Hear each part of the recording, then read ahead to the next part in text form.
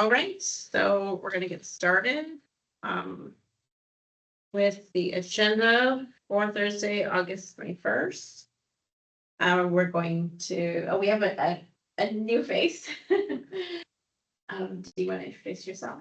Sure. My name is Dennis Sills. I use he, him pronouns. I'm excited to be here.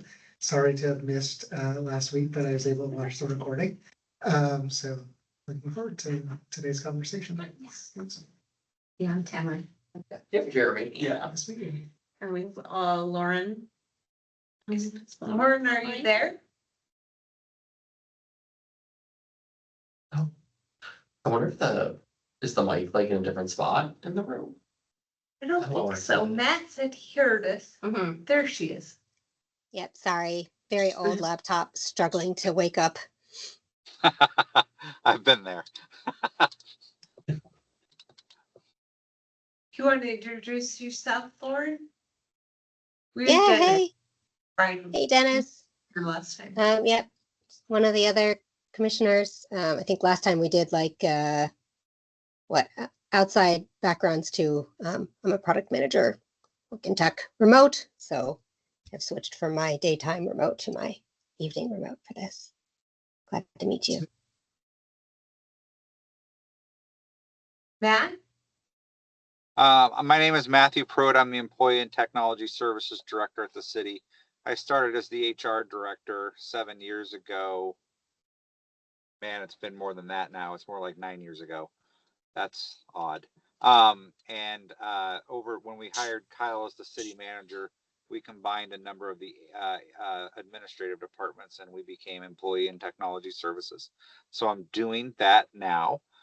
This is my 4th salary commission. So very excited to work with all of you. I'd much rather to be in the room, but I am alone with kids this week. And so I'm threading the needle and needed to check in virtually today, but got some good information for you all based upon some of your questions last time.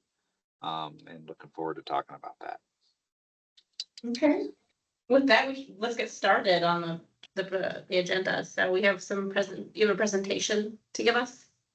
Yes, I do. I got some items that I'm just going to kind of run through and tell you what we found out. I'm actually going to skip around and not do this in perfect order. The first thing I will tell you about is that Ann and I met with Alex, our consultant, and we had a really good conversation about what we thought before. And we sent Alex away to go get us some data from a list of cities that was different than what she had done a year ago. If you recollect, a year ago, she did a survey based on council manager forms of government, because that's what the commission at that time wanted, and then applied some different formulas to that because of some of the cities they used were as far as Eastern Washington, and so applied some formulas to that to sort of look at the different prices in housing and came up with a way to figure out how to come up with comparable hourly rates for council members and compared those. And what you guys told her is last week is that information probably was not going to change because most salary commissions don't meet every year. And you wanted to look at a different data set. And so we sent her away, and I am coming up with a list of cities so you know what they are and you can provide comment on them. I'm not finding that, Ann. Shoot. Hold on just a second. Cities we did last year or new year? The new city. The new cities. Hold on a second. City, Kirkland, Bellevue, Kenmore, Woodinville, Mill Creek, and Mercer Island, because we did not do that last time. Correct. And so a lot of those cities are cities that we all talked about the last time around. You all were interested in our neighbors, sort of Woodinville, Kenmore, Redmond, Kirkland, Bellevue, those kinds of cities. Bellevue is not a comparable organization to Bothell in any way, shape, or form, but we talked about that, and we talked about how you'd like to look at the numbers anyway. I did add a couple of new cities that we hadn't talked about last time. City of Issaquah, because City of Issaquah is one of those cities that is trying to tackle this sort of creating access to public service. And they are a very comparable city to the city of Bothell. We use them in a lot of our salary surveys, things of that nature. City of Edmonds, for the same reasons that I added the city of Bothell. City of Shoreline. City of Shoreline has not, their salary commission has not kind of gone this route of trying to um, uh, um, use compensation to sort of create access to public service, which surprises me. They're a pretty progressive city, but they have not gone down that route yet. But they are a very comparable organization to the city of Bothell, so I threw them in there too. But just want your comment about those cities. If we missed one that you want information from, or vice versa, just let us know about that. But good conversation with Alex, and she is going to come back with that information, we hope, in 2 weeks. She had a vacation plan to Hawaii, but was thought that it wouldn't take that long to get that information together. And I expect her to be back at our next meeting with that info. Any questions about that? Sounds good. Did we hear back from Mercer Island? No, but we that's surprising because I talk to Mercer Island all the time and get salary information from them all the time. So that is one that she's on her list. So she definitely will try to do that, but we have not heard from any of those cities just yet. But I think we'll get Mercer Island. And if Alex has trouble getting information from them, I'll just call their HR director and figure out if we can get that information. So other items on my list.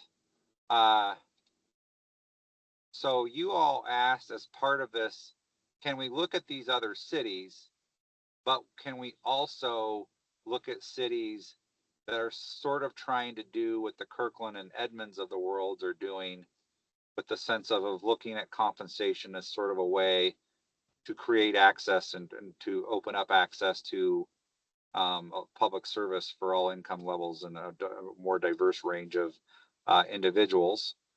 I have an Excel spreadsheet. I'm not sure if you're able to pull that up, Anne, but I have an Excel spreadsheet in your packets that sort of takes a look at those cities. Are we able to pull that up, Anne? Just out of curiosity.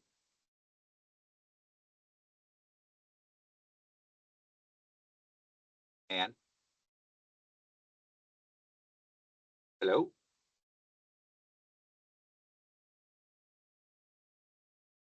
Hello? The heck? Oh, cool. You guys cut out, and I was asking Anne a question, and Yeah, Yeah, we have about a let minute. me make sure we're recording. I'm sorry. It's, okay, we're good. Okay, so where did I leave off? What did you guys hear? We left. Oh, we were kind of explaining why Mercer Island wasn't able to like get back to us Yeah. or you. Okay, so there was a lot. That's okay. So Mercer Island wasn't able to get back to us, but I'm confident we will get information this time.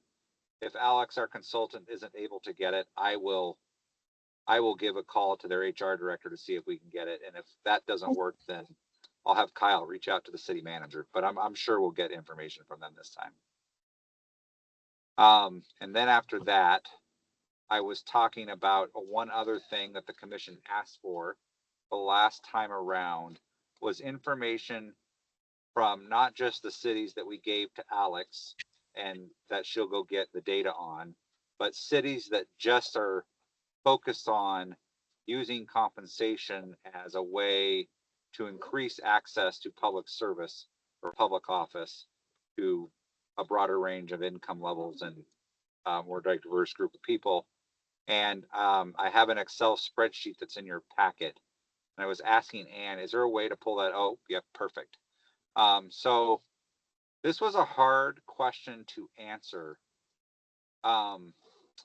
I don't see a lot of cities in the region going down this path just yet.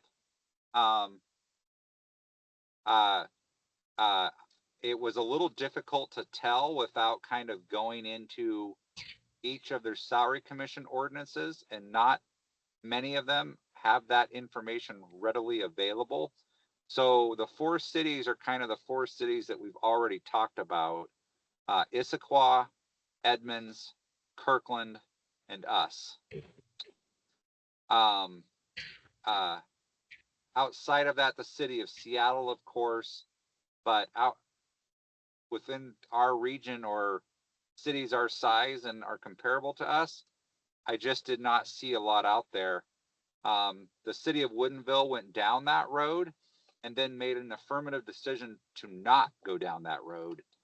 Specifically, they looked at a low income stipend and decided people aren't going to really do that because of the public aspect of it, and chose not to do it. And then the other city that I think I mentioned before, I was surprised by, was Shoreline, because they're a pretty progressive city. But I had not seen any evidence from them or heard from them that they have gone down this road. So when you look at the four cities that have sort of went down the road, three of them are very, very comparable. And one of them, the city of Kirkland, does more out of the four cities. We are very comparable with Edmonds and Issaquah. All four cities have a low income stipend. Those cities have a low income stipend. When you look at the council member, the mayor, those positions, they are very close. Um, Edmonds is not a mayor, and is not a city manager form of government, a council manager form of government. Issaquah also is not. Um, so they're different forms of governments among those four cities. Kirkland is actually. And so that's kind of what we found. Not a lot of new information there. It's kind of what we knew already. But I did have a really great conversation with City of Kirkland staff. What we talked about the last time we met is a year ago, we weren't able to really get a lot of information from Kirkland. And so we focused on three primary areas, and that, I'm sorry. We didn't say anything. Oh, so I focused on three primary areas with Kirkland. The first area was, why do you offer more benefits to council members than anyone else? They have ORCA cards and health benefits and childcare stipends. If you look on that spreadsheet that I showed you, Kirkland by far has more benefits for their elected officials than anybody else. And the answer to that question is they didn't really have any rhyme or reason. At some point, at some salary commission, they decided to add a benefit, and then every commission that met added another benefit, and it grew over years and years. The second question we asked them was, why is it you chose a salary level that is much higher than pretty much anybody else? And their answer to that was very interesting. They did what our salary commission did a year ago, in the sense of they came up with an hourly rate, and then they had an average number of hours that they thought their city council members spent on city council duties, and it was right near where ours was. They had an average of like 22 hours, and I think ours was 19 or 20 hours. And they applied an hourly rate and determined what council pay should be. The biggest difference between Kirkland and almost everybody else is Kirkland did not look at comparable organizations to determine their hourly rate and their council compensation. Kirkland basically said, we feel like these are executive level policy making decisions, and they shouldn't make executive level policy making money per hour. And so when they did that, that's what they came up with. I asked specifically, did you use like director level salaries? And they really didn't say that. So I don't know exactly how they came up with the hourly rate they used, but that is the justification they gave me. The third question I asked them was, do you think this has worked? And the answer I got was too soon to tell. It's also very difficult to measure that without talking to people about income levels and things of that nature, candidates for council, things of that nature. But the general thought was that they had not seen a lot of change in the makeup of people that are running for city council than they have had in the past. And so not a lot of specific data, but generally they didn't feel they were seeing change. But also felt like this is very new and it just may not have run its course and taken and gotten ingrained into the community and whatever. So that was the conversation I had with the city of Kirkland, which was very very informative, more informative than it was a year ago. So I was appreciative of that conversation. I'm going to shut up for a second. Is there any questions about anything I've talked about so far? I am curious if there was a lot of pushback in the city of Kirkland, from the constituents or about this commission. Was there just a lot of pushback in general for this type of, there does change? not appear to be. I didn't specifically ask that a question. There wasn't a lot in the news about it, like there was in Redmond, where the mayor basically swiftly Redmond's commission salaries were even way far above what Kirkland proposed. And that was in the news, and the mayor basically had the authority in Redmond to disband them and decided to do that. Nothing like that in Kirkland. No, it was in the papers, but I didn't see a lot of outcry because of that. That doesn't mean it didn't happen. I didn't find any evidence of it, and it wasn't a topic of conversation with staff. There is a YouTube video. I sent you all an email this week with 2 YouTube videos. The first YouTube video, they're both pretty long conversations, so it would take some time for you to invest in order to be able to watch them. The first video was the study session with our city council on when they decided to change the format of the salary commission, and now we meet every year. Or they actually, that wasn't the meeting they decided. They directed the staff to go down the road of looking into that, and that's what led to the changes. So I sent you that YouTube video, and I told you in the email specifically at what time that conversation started. Very informative information from our council members about their feelings on this issue. More information than I've gotten at any time in the past when asking council members about this issue. The second video I sent you is a podcast that the city of Kirkland has, and it's a conversation with the deputy city manager and one of their salary commissioners. And I didn't watch the entire thing, so I can't report on it, but you definitely can take the time to watch that video.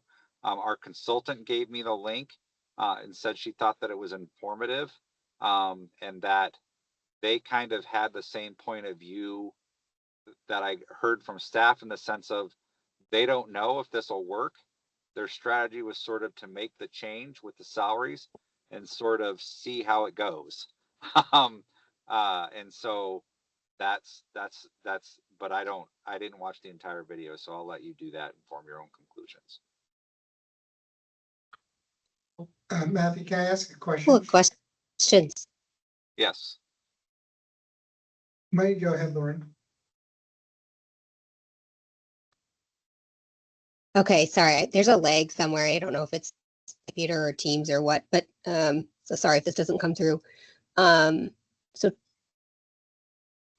first question, I think I asked this last time and I was curious if the City of Kirkland folks mentioned this at all.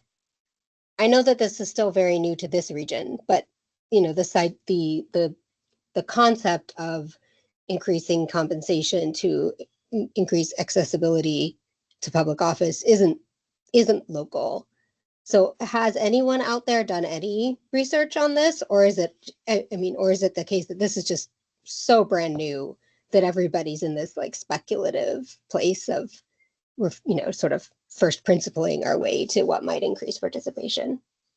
I did a number. I had a day where I focused a lot on just this topic, which, by the way, never happens. So I was surprised to be able to have that enough time to do that. And I did. I mean, I would not say it was a scientific study. So there may be other paths we want to go down to do that research. I did not find a lot of evidence. I did a typical Google search. I called the Association of Washington Cities. I looked at different AI tools to let them do the research. I was not able to discover a lot of that. That being said, I think it's a difficult topic to research because not all cities have a website where they post their salary commission ordinances, where they post their meeting videos or meeting minutes, Yeah, like we do and others. And so what I'm saying is I think there's probably others doing it, but it may not be readily available to find unless you know who to yeah, call. So I don't think I know the topics discussed. I know we're not the only ones discussing it. I just think it's very early. And like I yeah, said, not all not all not all states are like Washington where they have a process like we have with the salary commission. That's a state sure. law. So Yeah. I'm sure it's being discussed. It's very difficult to find actual data or evidence of it.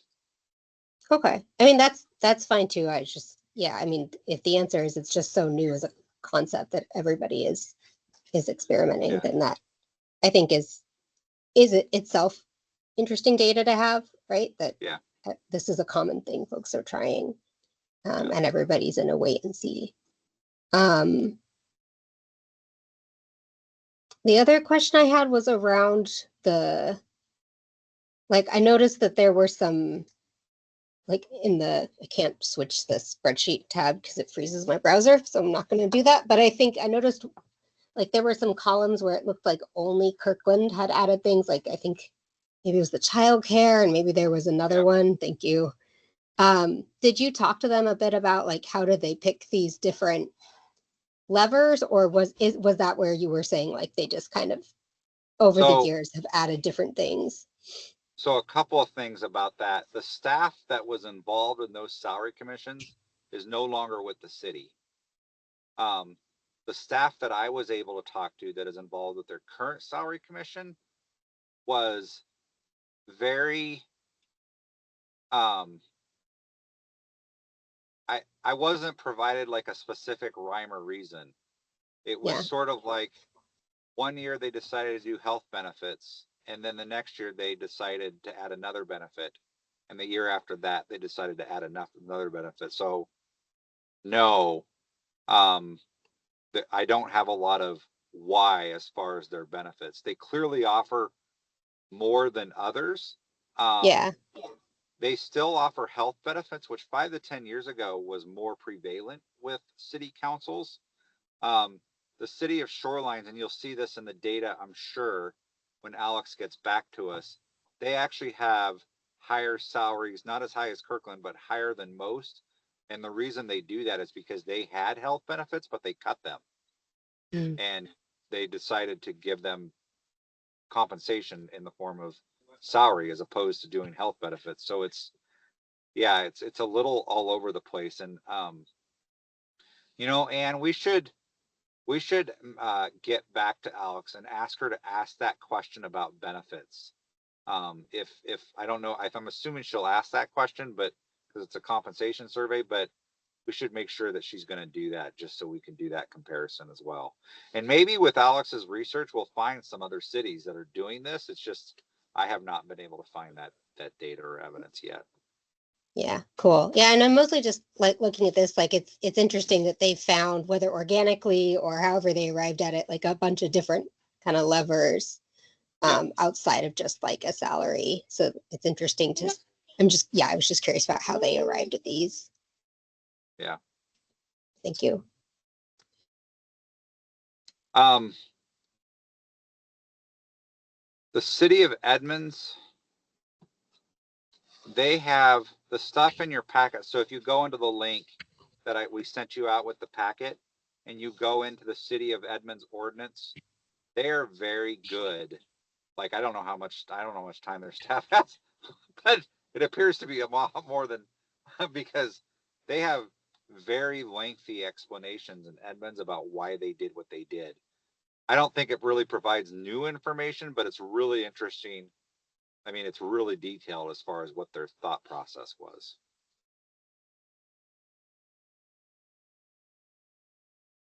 Thanks. I'll have a look at that. Matthew, I have two questions. Yes.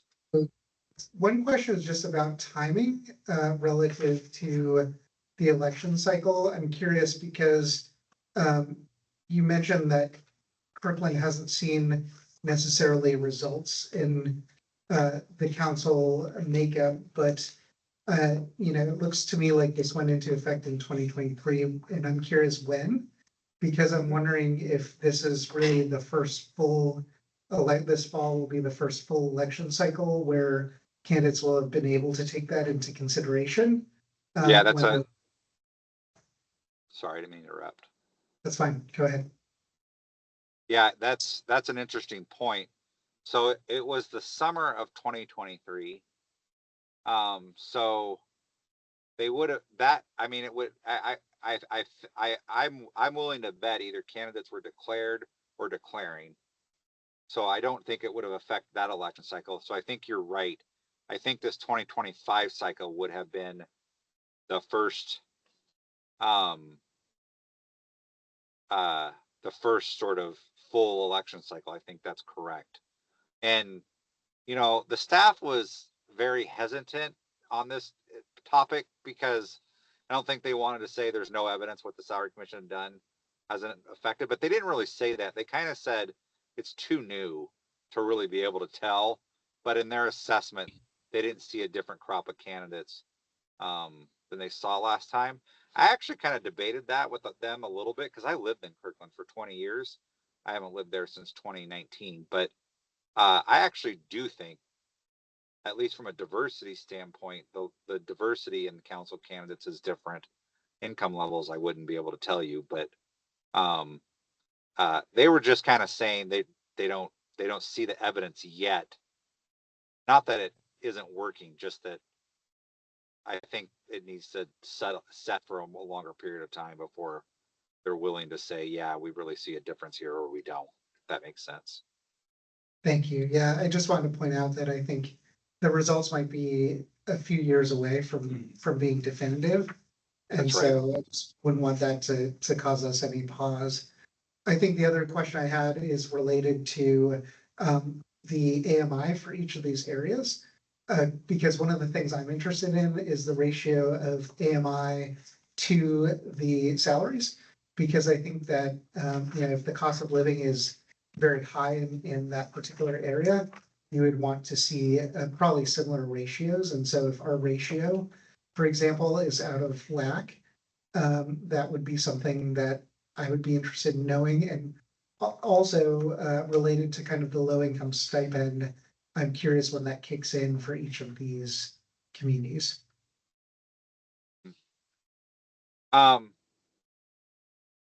Yeah, so I think they've all kicked in for those communities.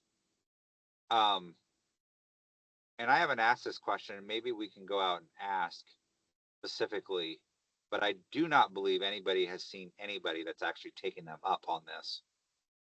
And so yeah, I guess just a little bit further on my line of questioning, I'm curious what the income amount is in annual dollars for 80% or 50% in those communities, because in order to be eligible, your income would need to fall below that threshold.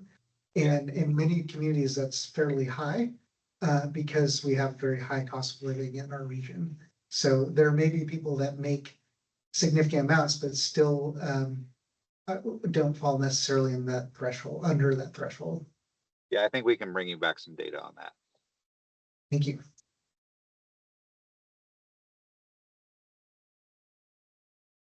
You were saying earlier that it might be in some cities, in Kirkland, or maybe they haven't had anybody take them up on the stipend. Yeah. And was there like a consensus from the people you spoke with about it being a barrier because it is public? And is there any way that the stipend can be confidential? I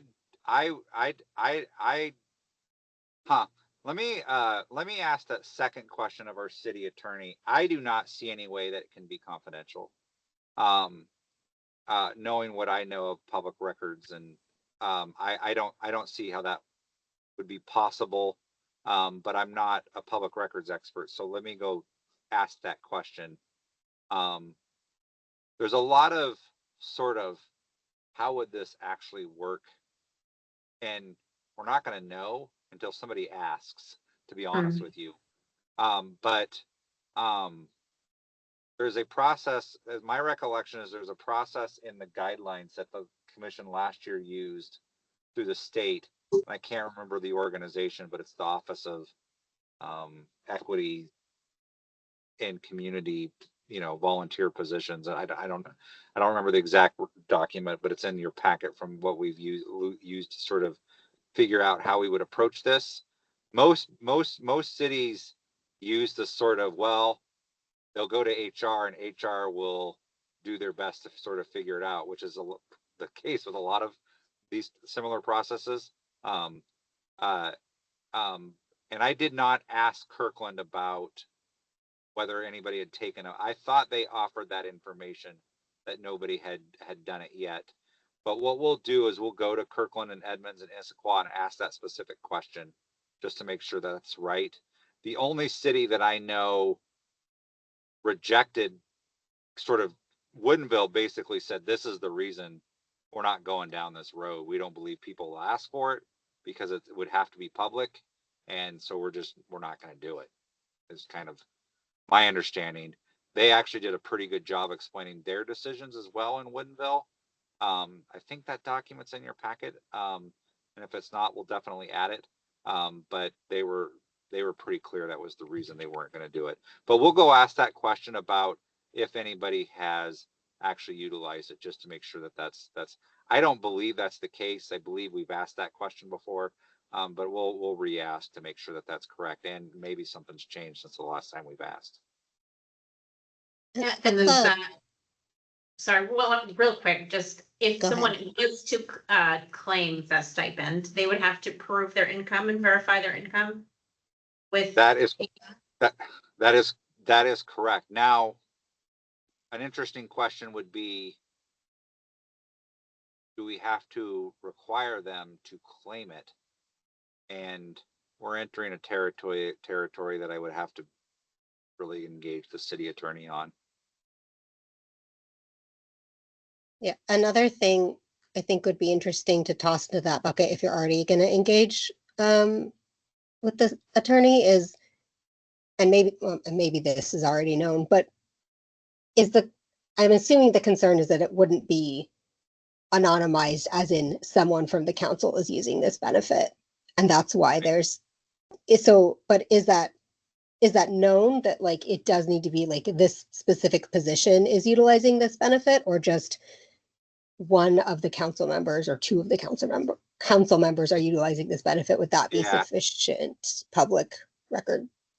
Yeah, I believe what the deal is going to, I have a hard time with it, because the higher your position is with the city, the more information, like the city manager, for example, pretty much everything with the city manager's compensation is public record. Like, I know that for a fact because I've dealt with it for years. And I think, I believe what the city attorney is going to tell me is that we have a duty to ensure that we're not gifting public funds, and we can't do that without making those records public. But I'm gonna engage the city attorney on this, because this is really this is not my area of expertise. Yeah, I it would be, would just, I would be very surprised if they told me that it didn't have to be public, but we'll do our due diligence as far as engaging yeah. her on it. Yeah, it would just be good to know like what we're working with, like specifically how is it public? Again, does it have to be attached to a specific position or specific person, or is it, Yeah, you know, right? Because when we Yeah. look at this data, it's not, I know this is all just kind of like a schedule, but it's not attached to any one person, right? But it would just be good to know if like once there was a person in that position claiming one of these benefits, that's when we have to disclose like this specific individual is being given this. Yeah. I mean, that would make sense if it were the case, but if the question hasn't been asked, seems like it Yeah. would be worth to throw it into the hopper with all the other data we're gathering. I can do that for sure. If I may have a couple other questions kind of related to the stipend, I think, one thing I'm curious about is whether or not there's ever been like an opt-out type of stipends structure where everybody might potentially get the stipend and then decide to opt out if they feel that they don't qualify, because that could be a way to potentially reduce stigma. I think alternatively, I'm curious, it looks like these are all fairly new, but if there's been any precedent of just integrating existing stipends into base salary, so that you can also avoid that stigma of applying and having to go through the accreditation. So I think to me, those are a couple of things, a couple potential ways that you could address this without having to have the person apply and affirm their current income. And then I guess the other question I had was whether or not there are any organizations or places that have named it something else besides like a low income stipend to prevent any stigmatizing. For your second question, so would it be like a total compensation package would be what was like really, right, not released, but posted publicly? So I think you would Yeah. just take the amount that you would potentially pay in stipend and just integrate it into the base salary for mayor council. Okay.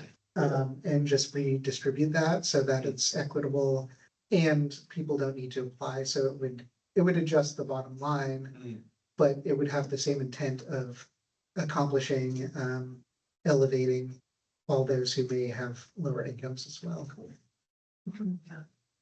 And then if you framed it in the opt-out way, you could choose whether or not you want to accept it. And then you would have that choice and you could potentially, people could make that decision and that way you wouldn't be allocating the full amount every year to all council members. Yeah. Cool.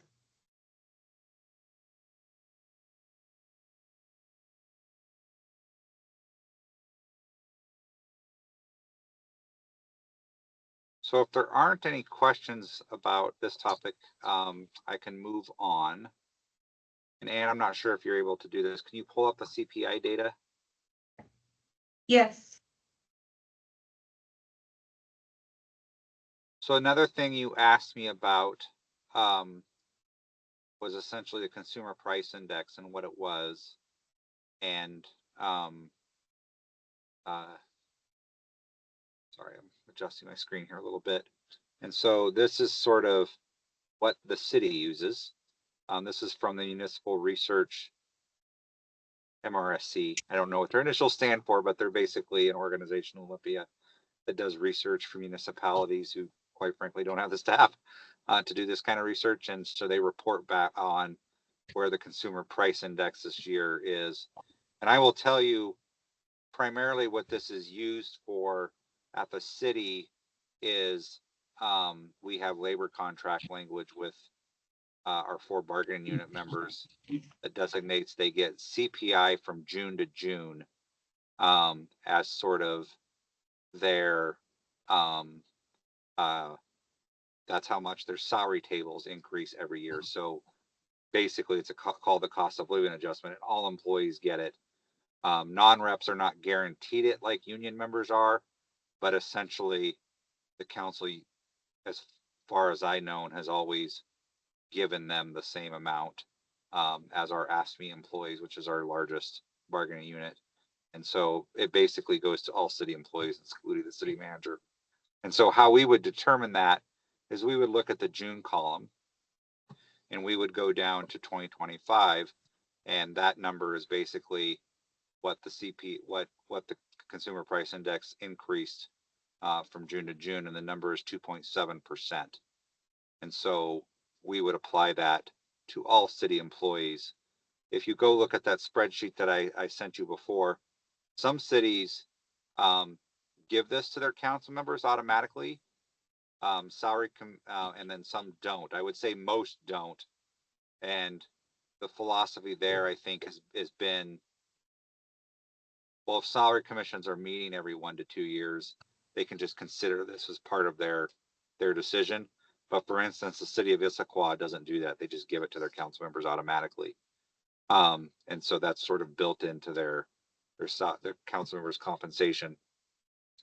CPI, obviously, you know this because I'm sure, you're engaged and watch the news or whatever, however you get your news. CPI has been a topic of discussion at the city over the last few years. In fact, the council, at direction of the council, we have successfully negotiated floors and ceilings, so employees can't get a CPI increase that's less than 1% or more than 5% in most of our 1.5% to 5% in all of our labor contracts.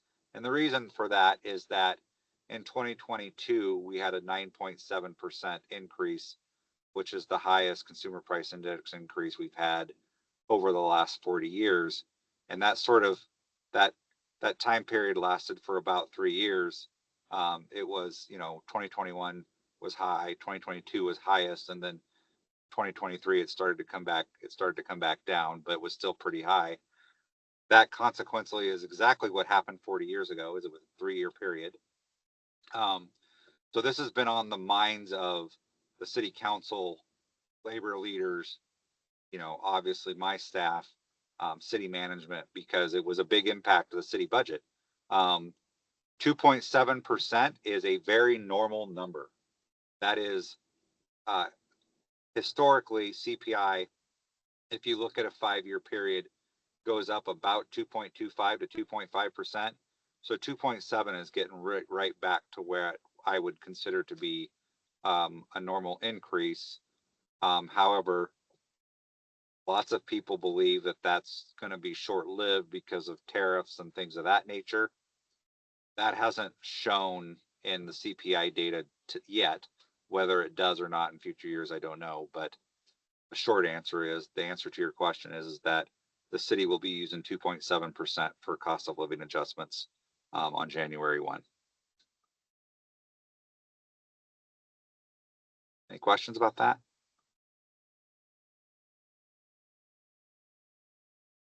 Okay. What other topics did I have, Ann? Did I miss anything? Guidelines. Oh, last, and probably the thing that you'll want to discuss the most this meeting, based upon our discussion a week ago, is in part using AI and in part my own intuition. I drafted a very early pre-draft of discussion guidelines for city council members. You all, I had expressed to you that this city council specifically, and you can see that in the YouTube video that I showed you, had more interest in discussing their positions with the salary commission. That historically has been a one-way conversation. Salary commissions ask, they might get some answers over email, but generally the city council has not wanted to engage on this issue for probably some obvious reasons. This council has shared that they might be more willing to do that. Whether they are or not, we don't know until we ask. And you all had discussed whether or not you wanted to conduct interviews, and suggested that maybe having a discussion guidelines to send out to city council members to sort of give them an idea of what they might have to the questions you might propose to them, um, uh, would be a good idea. And so I've included that in your packet, and we can do with that whatever you want. We can view it. You can take time to review it on your own. We can come back and discuss it in 2 weeks, whatever you'd like to do there. I also told you, and you suggested that I have a conversation with the city attorney because of open public meeting requirements and all that sort of stuff. I would say her mood about, well, not mood, her suggestions about one-on-one meetings. So commissioners sort of being assigned council members and going out and interview them one-on-one, was, the attorney advised that, you know, we'd have to make sure that we weren't going around. Our salary commission ordinance basically gives the council an opportunity, as part of the public hearing, when and if you decide to make a decision, to provide feedback to you, that we weren't going around trying to go around that specific process. If the meeting with council members involved more than two, in other words, a quorum of the council, that we made sure that that was a public meeting and that the public had a right, you know, had been notified about that, as is the case with all of our meetings. And that we make sure that any notes that are taken during these meetings are kept as public record, and that the information be shared openly in a public meeting. So at a salary commission meeting, which is, I'm sure, what would happen anyway. Why would we go ask questions and then not talk about them? But that was kind of the advice that she gave. And so we can approach this whatever way you want. If you want to do one-on-one interviews, we can do that, but we have to keep those requirements in mind. If you wanted to set up a time where basically council members come in and get interviewed by all of you at one time, sort of like a panel discussion, we could do that. We're really open to whatever it is the commission wants to do on this. And you're free to look at the guidelines and provide input on that. We can do that any way you want either. But that's pretty sure that's the extent of my stuff. We're ready to have a discussion with you, answer any questions, and take whatever direction you might have. Yeah, thank you. Yeah, I thought this set of questions actually pretty great. And I'm thinking, and I'm wondering how everybody else feels about this, Yeah. but what if we did, instead of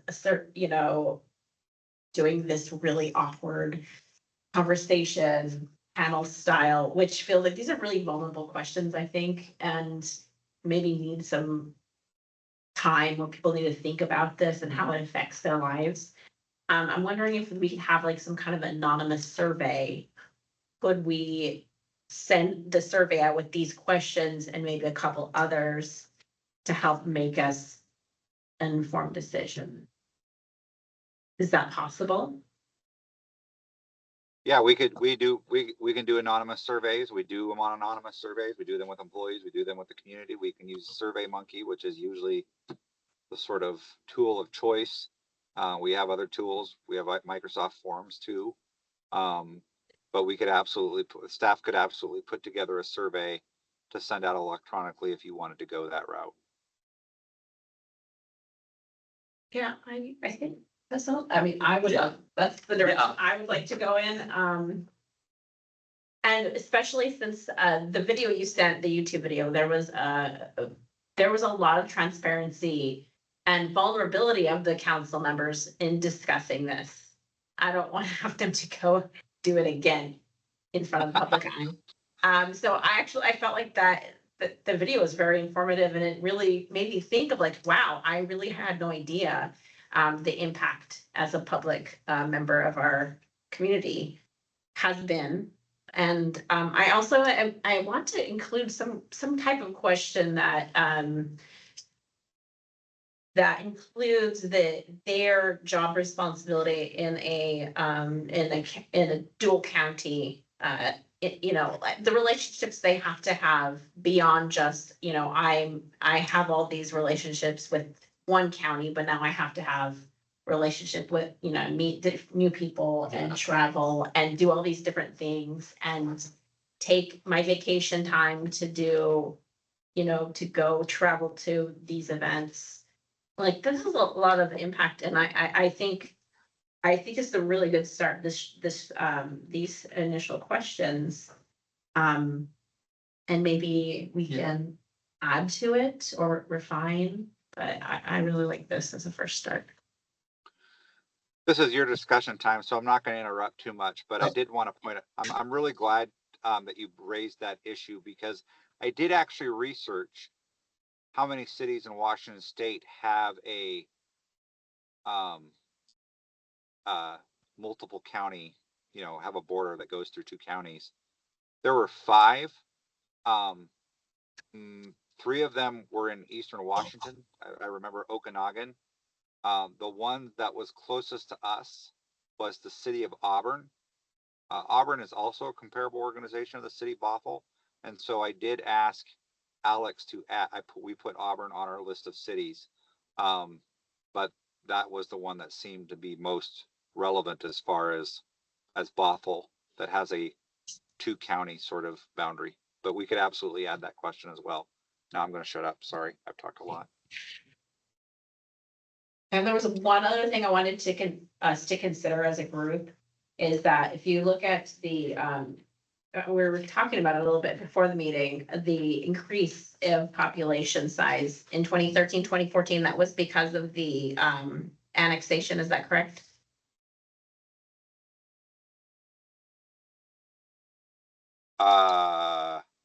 I don't believe that annexation went through.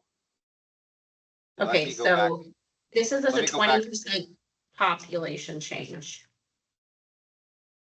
In 2013 to 2014. Let me go to the community development department and ask that question. I do not know. I know we annexed some pockets in King County about that time, but 20,000 sounds high. 20%. Or 20%. Yeah, Okay, yeah, it does, yeah. maybe that. That Let makes me more sense. let's get you a specific answer to that question. Okay, and I'm thinking about like the future too, and like there's a lot of the area in Snohomish County that it can potentially be annexed, and they've been talking about it for many years, so there is a chance that like our, you know, we would be comparable to some of these larger cities, municipalities in the area. So thinking about a lot of things, so, but I kind of want to know what everybody else is thinking about, like, what are some questions, what are some other things we are not getting from this set of data? Yeah. We already have. I guess, or so I'm just kind of wondering about, and like I think sending it out like the surveys is really cool. Like I like that. I do kind of wonder if we would be able to keep it anonymous though, because we do have a separation between mayor and council members, and like deputy mayor would have like their own responsibilities too. So there is awkward as it may be, it may be valuable to not have it anonymous, or maybe have the option to like what role they are potentially. But yeah, I like the questions too. I was just kind of going through and kind of editing or adding in different things. Something that I find in, oh gosh, this is just bringing in my like teaching background when I do like class discussions and stuff. I find replacing the word does with to what extent gives more interesting answers a lot of the times. So I've just been kind of like playing around with that a little bit. And I guess kind of the other edit I'm just kind of looking at immediately under 2 experiences and time commitment. Something I've been kind of wondering about is to like, when are the hours that they're actually committing to council duties outside of like city council meetings? Because I do think that may change like the way that we potentially see compensation, because if you're taking evening time away from family or all that kind of stuff, that may look different than like taking morning or time off work, which it kind of has its own costs as well. Yeah, sorry, just kind of spitballing a little bit there, but yeah.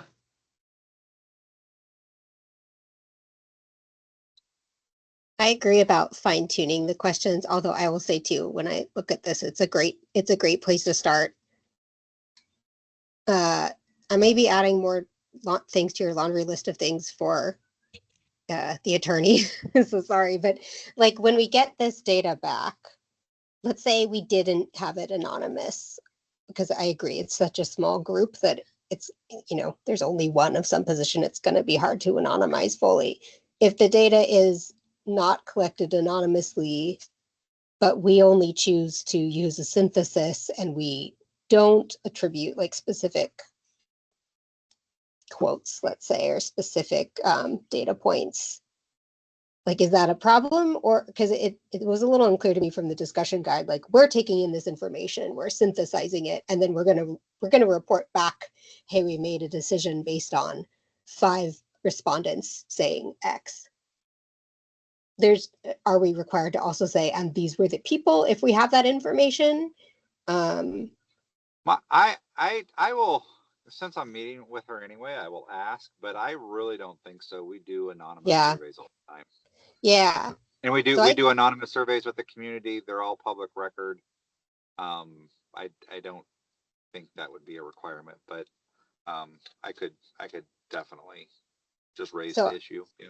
yeah, so is the raw survey response required to be public record though? Because like, let's say that's the place where it's not anonymous. Yes. Okay, so that I think, Yeah. then If someone asked us for that, I would bet we would have a hard time not. I'm not sure that the people that this would mostly affect will care that it's anonymous or not. To be honest. I mean, it's a little theoretical, but it would be again And just good to know the constraints. yeah, and we can definitely um make any identifiable questions optional, and people can Yeah, I choose. think that's one way to handle it. And then I think the other way to handle it too would be for folks who want to opt in and have a live conversation, right? That's pretty common in a survey design, right? To say like, hey, I'm interested in being contacted and having an in-depth discussion, and then maybe those folks choose not to be anonymous. So if we have the sort of usual flexibility of a survey design, I think that might give us the best chance of getting participation too, right? There's lots of options for folks, and we can be clear too on like what is and what isn't going to be made public.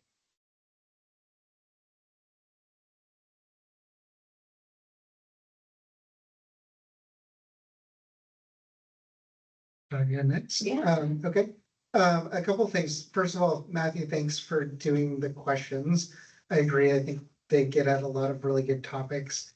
I think to me, this is an example of where individuals might be not compensated to do things that they need to do for their role. So I guess I worry about adding too many questions because I really want to give individuals the ability to comment what they feel is pertinent, but also not take too much time from each individual. So I think that's one thing that I would try and balance with just the sheer number of questions.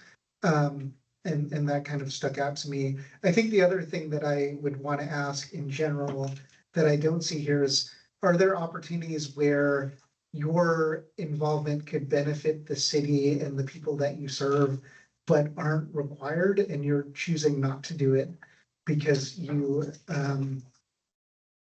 have other responsibilities and you need to make ends meet. Because I think that, there's a benefit to investing more in public servants because then they will be more likely to do things voluntarily, which might not be within their job description per se, but could still benefit the residents in the city. And they may choose not to do that because they have to take a second job or do something else. And so I think that to get the best and the brightest, I think it makes a lot of sense to invest as much as we can. I like the question a lot. Yeah.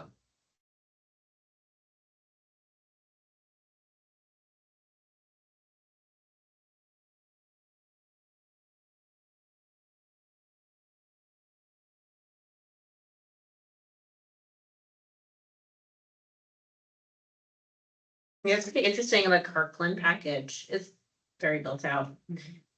And I'm like thinking to myself, like, are people really taking the Orca card? So I like the idea of keeping it pretty pared down, but just really kind of focusing on getting it right. And with regular COLA increases, getting it right for right now in this moment in time, in this novel situation that we're in. And then having regular COLA increases seems fair to me. And I think like it will, yeah, especially since I've been on an advisory board and there was an optional stipend and I took it. And I thought that like that was a really great way to get me pulled into serving, being able to serve your city and in any way is such a privilege. And I think about like that, like a part-time job for a student, for instance, like I feel like that could be a possibility. Like I imagine, I know that there's a really young council member in Linwood who is also a student. I don't know if he still is a student, but it makes me feel really interested in this, like being able to get young people. The city of Buffalo also has like youth positions, some of the Parks and Rec board. Like it would be so exciting to get people of all backgrounds and be able to have a different, a slice of life in our council. So yeah, I'm really interested to move through this.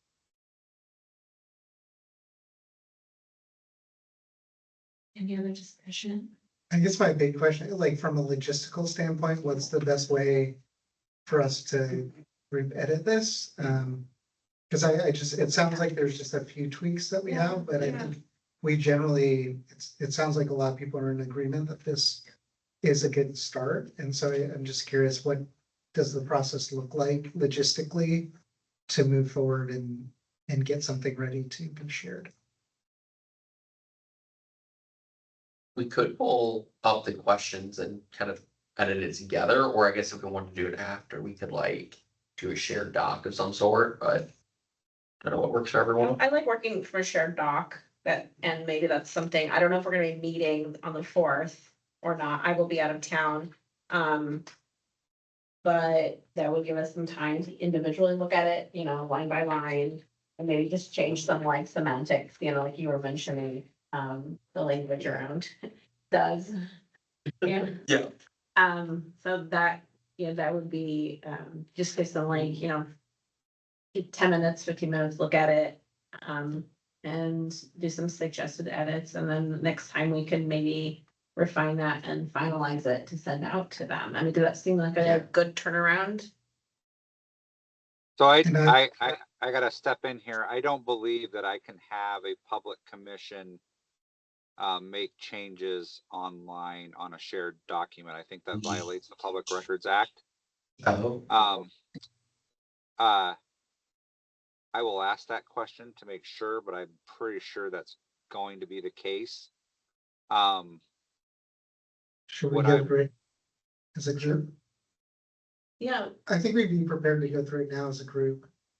As if the other members accept that. yeah, I'm cool with that.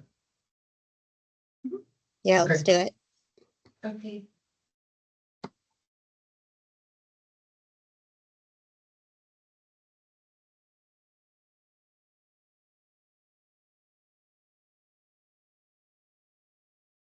And I assume we're not gonna, since we've already sort of decided to move this to a survey, I don't think we need to spend a ton of time like on the what to expect and all that, right? We're gonna focus on question wordsmithing. Yes, Mhm. But maybe a like a preamble of sorts to what is the purpose of this for for the commission. The intention of what we're trying to gather here that we don't already have.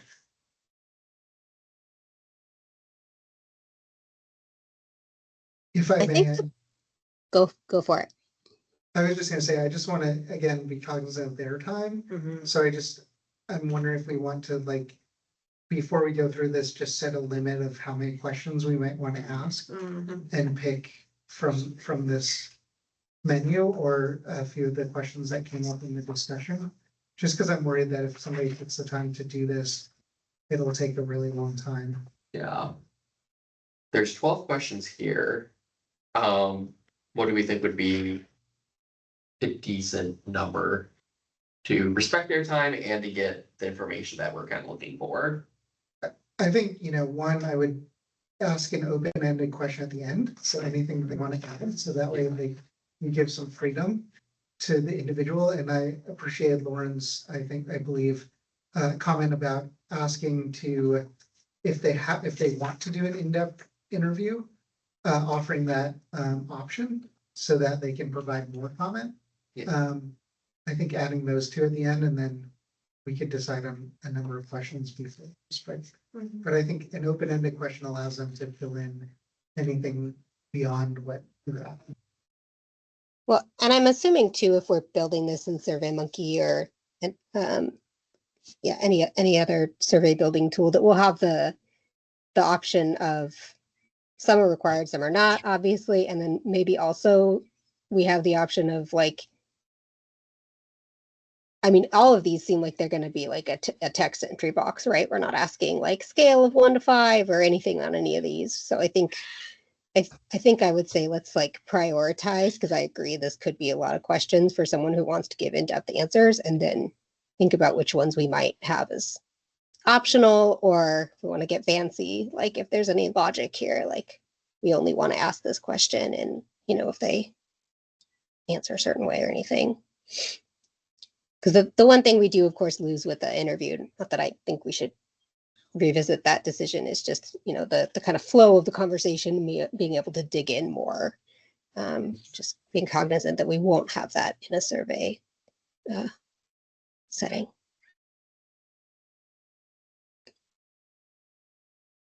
That said, I don't have strong feelings yet on which questions should be required. Just saying that could be a thing we do. Yeah, I guess if I may, I'm just looking at number 2, and I feel like we could almost combine the 3 questions into one Yeah. and ask, what information would you want this group to know about your time commitment on average, and whether or not that has changed, something to that effect, so that we're just capturing, generally how much time are they spending, and has that increased or decreased? And then maybe, and are there extenuating times outside of typical workday that call you to your duty? I know I just said I didn't have strong feelings. I actually like the 3rd bullet point verbatim, because I think this question about evenings, weekends, time away from family, like, my own bias as a parent of young kids at the moment is like, that can be like an added thing, right? Like time away from work is one thing, but time away from family obligations, especially if you don't have a partner who can watch kids, I think that's an important one to carve out. But I agree, we could maybe combine the first 2. So just kind of wrote out a quick draft question based on kind of combining all those. So it could be like, what information do you want salary commission to know about the time of work commitment, and how does this impact life, work, family commitments, and other aspects of your life? Okay. Mhm. Does that hit everything, or is that kind of missing some stuff? I think the Again- only thing, oops, sorry. You go first. Okay. The only thing that I like about the how many hours is it's a nice thing to have a number that everybody gives. We can do some math with it, even if it's napkin math. Yeah. I will second that. I think I was just gonna say, I like your version of the question, but I think we should also just ask for After a hours. clear estimation Yeah. of average hours. Yeah, and that should be a quick one too, hopefully. People don't get out a calculator. Please estimate like weekly hours. Yeah, Okay. Yeah. Very cool. So I just added a quick thing, and then please estimate your weekly hours. Yeah. Great. Do you want to read it so we can transpose it? Yeah. So what information do you want the salary commission to know? Oh, sorry. Oh, I'm sorry. Yeah. Or go back. Yeah. Type it as you. Terrible typing when people are watching. Oh. You know, the other thing is here is we'll go back and review the meeting. I think what I would strongly recommend is that we show you the survey at a future meeting before we send it out. Okay. Oh, yeah, for sure. Do you So want to just you dig can in? say it all, Yeah. Yeah. All I'll right. hear it on the recording and. Oh, okay. That makes sense. Okay. What information do you want the salary commission to know about time, work commit, or your time and work commitment? And how does this impact your life, work, family, obligations, and other aspects of your life? Also, please estimate your weekly hours. Or city council, yeah. Cool.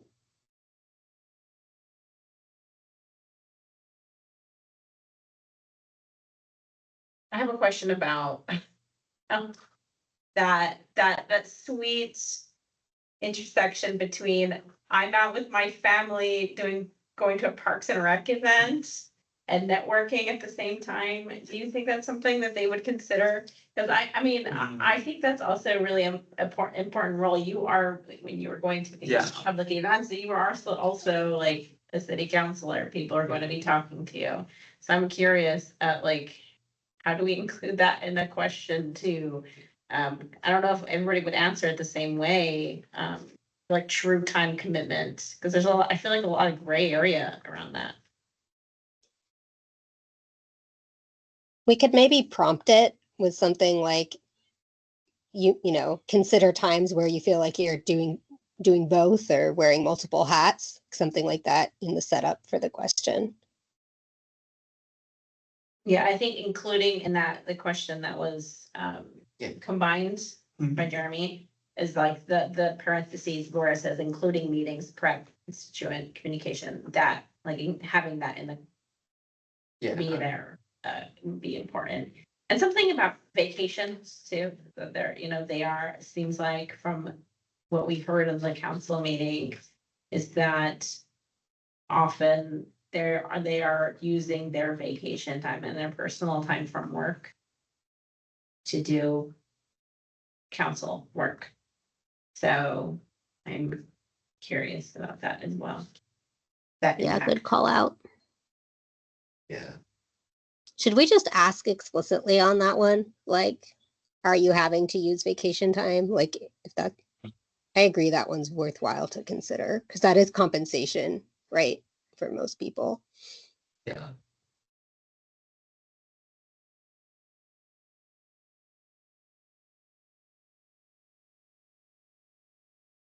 It seems like the one we're cutting just by process of elimination here is the second one. How has the time commitment changed? Yeah. Which seems fine. I think there's other more valuable questions we can ask, just calling it out. Which combined.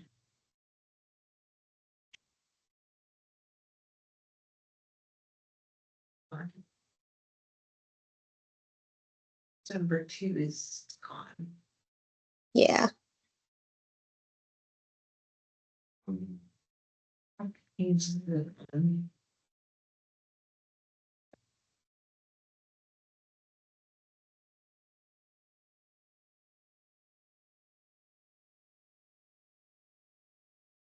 Yeah, more official Oh. words, but this is for me. Yeah, no, you're good. In the interest of time, I'm just curious if, moving on to financial impact, Yeah. I see an opportunity maybe to combine the first two bullets Yeah. and just ask, like, what are some of the uncovered costs that are associated with your responsibility as a council member? And can you estimate what that is, Yeah. or what those are? I took a crack Yep. at like, oh, sorry. Yeah. But I was just agreeing. Go ahead. I took a crack at trying to like combine them while we're discussing the last thing, but so what I put is What are the personal and professional costs to being a council member? And to what extent does current compensation reflect these costs? But yeah, just kind of looking at kind of the questions on that were kind of written here, it does seem like that third bullet point is just kind of more details that could be elaborated on for like the second bullet point there. So, I like the question alone, the third bullet point on financial impact. oh, I okay. like it alone, just Yeah. because it's like, I wanna know the impact of what it means to be a counselor, like, I'm sure there's like Yeah. a, like, do I wanna keep doing this? Do I need to get back to my career? Do I need to get serious about my career? Do I need to, do I wanna be in public service for the rest of my life? Do I want to Yeah, become a state rep? You know, like, there's, I think that I would like to know the answer to that one alone.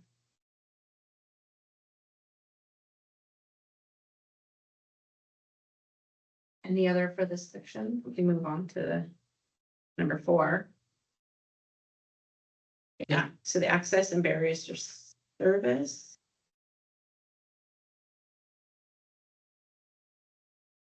The one that sticks out to me here is the what advice. It's not like it would be interesting to hear the answer, but I feel like if we're having to pick, the first two are, seem like they'll get it more actionable information. Have you heard of it? Mhm.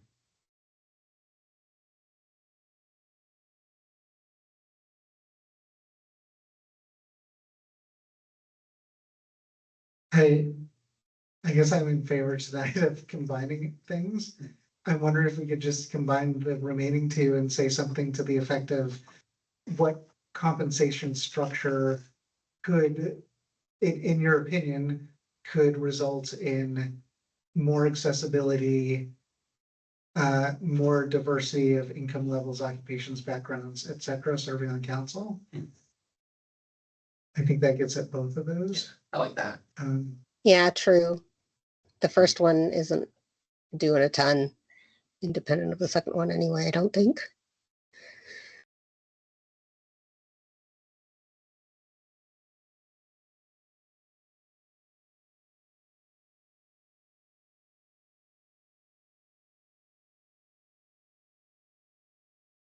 Okay, and then, we move on to the next one, unless anybody has anything else about access and barriers to service.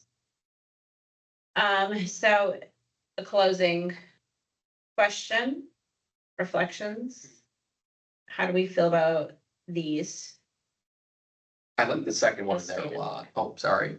Okay, so you like the second one? Yeah, are there aspects of compensation you believe are essential in attracting and retaining effective council members? I think actually all of these are valuable. I like the first one. I actually kind of like that it's a little more open-ended than I think some of the others have been.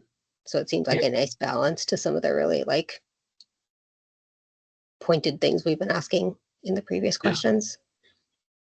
I think I would say we should keep all 3 of these. They all seem valuable.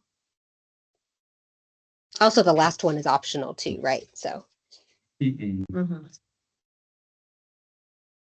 And should we also add a question about yes or no, would you be interested in doing an additional interview with the commission? Or yeah, there it is.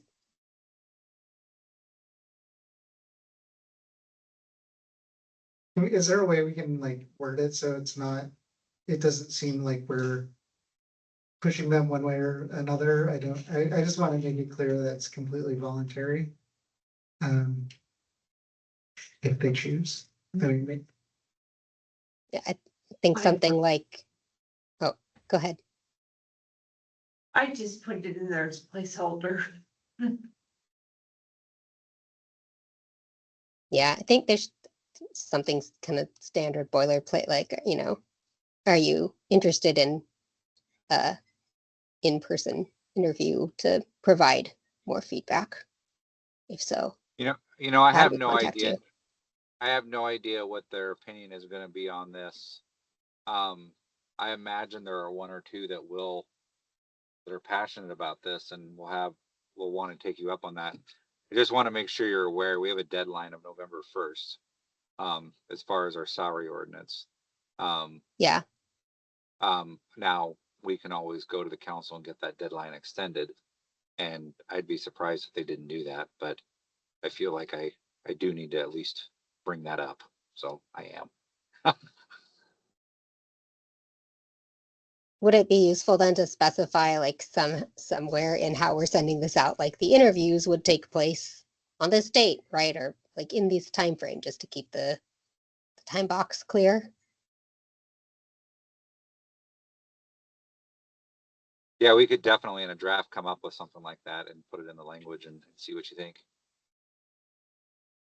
Can I ask another public records question? Yes. During this meeting, are we either able to, either on the bookend, either right before, or right after, or for a portion of this meeting, do an interview that is like an executive session, or does this hour and a half need to be utilized for this purpose and recorded and shared? So I do not believe there is a purpose that the salary commission can enter into an executive session, based on what I know what executive sessions are used for with the city council. So that's my gut, but I can definitely ask that question. I would have to ask the city attorney that question to give you a pretty confident answer, to be honest. Yeah, I guess I'm just thinking we already have that time set aside.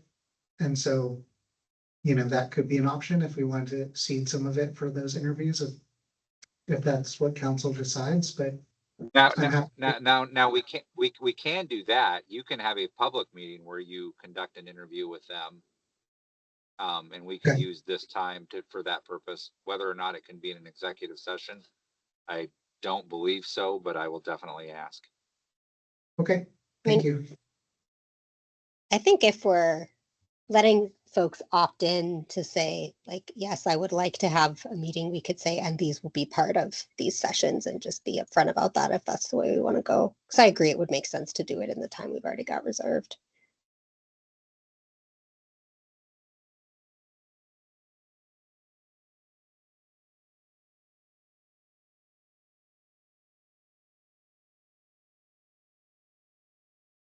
Okay, so sounds like we have a framework for edits. Impact, so, I mean, are we okay to move on to like scheduling and time? Do we have anything else we need to discuss?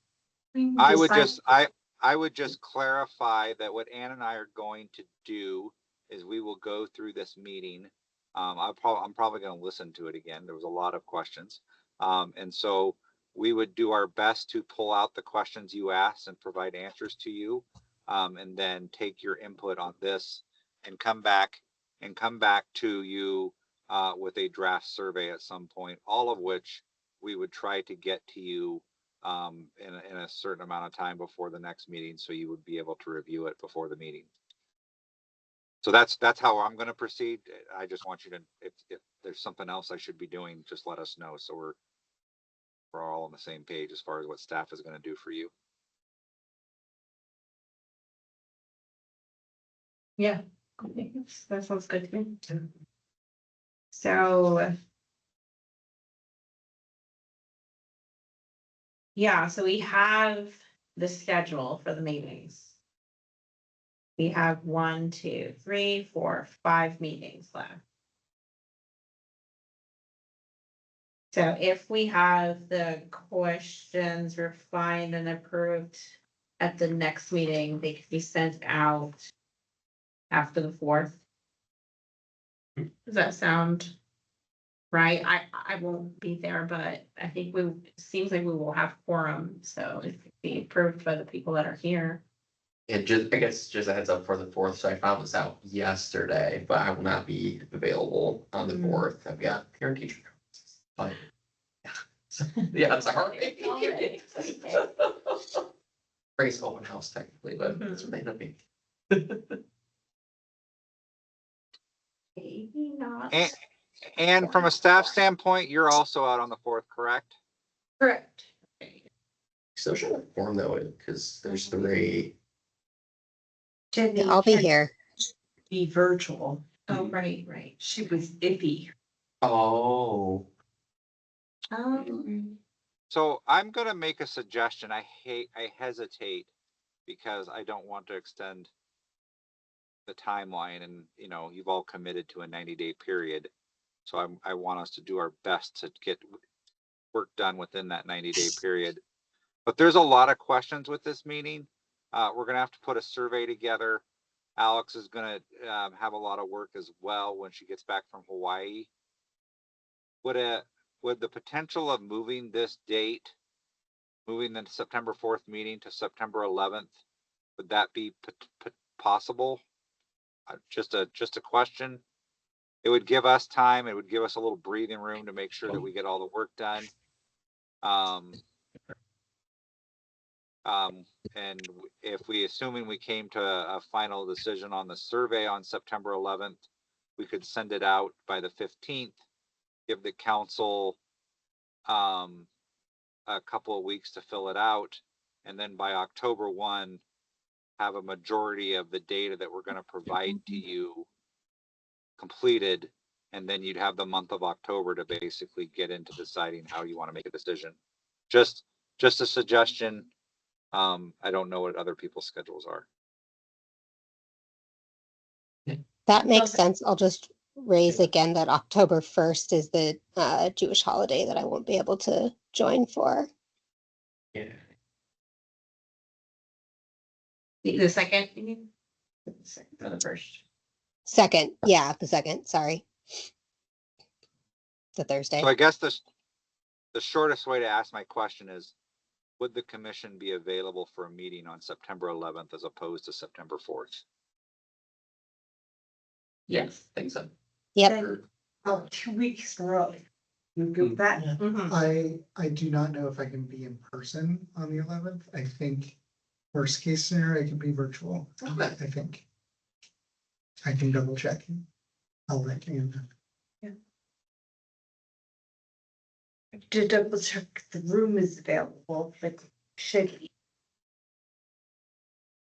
So, Love to move. There are lots of rooms at the city. We'll find one.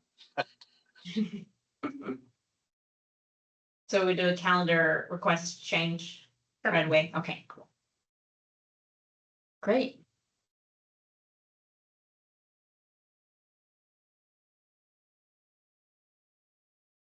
Anything else we need to Just finish on the minutes. finish on the minute? Okay. Any questions or anything needs to be edited?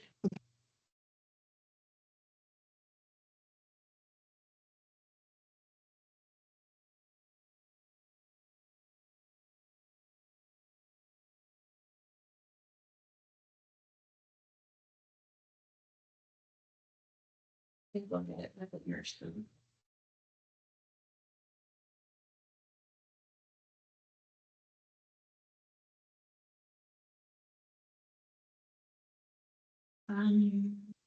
Think we're good. So we're gonna adjourn the meeting unless there's something we're missing. It was wonderful to see you all again. Yes, thank you, Yeah. both of you. Appreciate it. Thank you very much. Thank you. Thanks all. Bye-bye. Okay, thank you.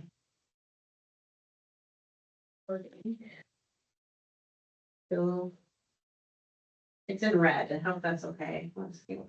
Nice to meet you. That was Yeah. too much. Yeah. Yeah, I think we got a good plan. Yeah. My son is an Recording, just so you know. No. my son is an optometry appointment on the 11th, so I hopefully won't have to do it from the doctor's office. Yeah. We'll see if I can see them. Thank you, Anne. Yeah, thank you. Yeah.